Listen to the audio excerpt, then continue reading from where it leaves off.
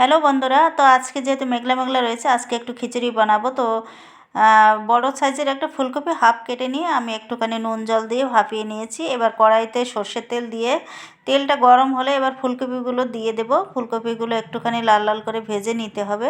তো এটা আমি অন্য ফ্রাইং প্যানে একটুখানি ফুলকপি ভেজে নিয়েছিলাম হালকা করে, তারপরে আমি এই কড়াইতে মানে ভাজা বসিয়ে দিয়েছি। আর অন্য একটা পাত্রে আমি চাল ডাল আলু আর কুমড়ো এটা আলাদা নুন হলুদ দিয়ে আর কাঁচা লঙ্কা দিয়ে এটাকে মানে 50% মানে করে নিয়েছি, জাল দিয়ে এটাকে ফুটিয়ে নিয়েছি।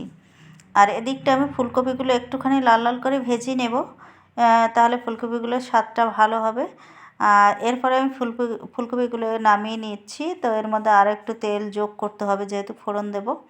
তো ফোড়নের জন্য প্রথমে দিলাম গোটা গরম মশলা, দারচিনি লবঙ্গ এলাচ আর 3টে শুকনো লঙ্কা, 2টো তেজপাতা, তো আর দেবো 5 ফোড়ন। তো এগুলোকে একটুখানি নাড়াচাড়া করে সুগন্ধ বের হলে তারপরে আমি এর মধ্যে একে একে অন্যান্য মশলাগুলো দিয়ে দেবো। তো এর মধ্যে দিয়ে দেবো 1 টেবিল চামচ আদা বাটা, লাল লঙ্কার গুঁড়ো।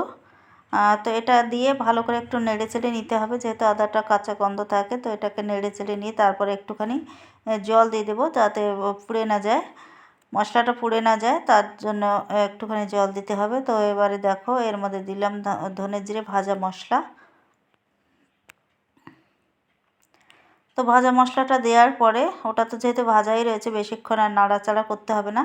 এবারে দিয়ে দেবো ওই যে হাফ যে ফুটানো যে মানে চাল ডাল তারপরে কুমড়ো আর হচ্ছে আলু, ওটাকে আমি এর যে ফোড়নের মধ্যে ঢেলে দিলাম।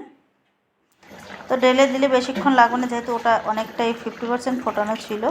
তারপরে মিনিট 10 পরে এটা বেশ যখনই দেখবো চালটা ফুটে সিদ্ধ হয়ে গিয়েছে, তারপরে আমি দিয়ে দিলাম 1 টেবিল চামচ এখানে ঘি দেওয়া হলো।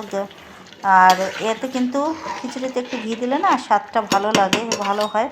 তো অল্প সময়ের মধ্যে হয়ে গেল আমার খিচুড়ি রান্না। তো আজকের খিচুড়ি রান্নাটা কেমন লাগলো তোমরা কমেন্টে জানিও। আর নতুন বন্ধুরা চ্যানেলটি সাবস্ক্রাইব করার অনুরোধ থাকলো। তো আজকের মতো এখানেই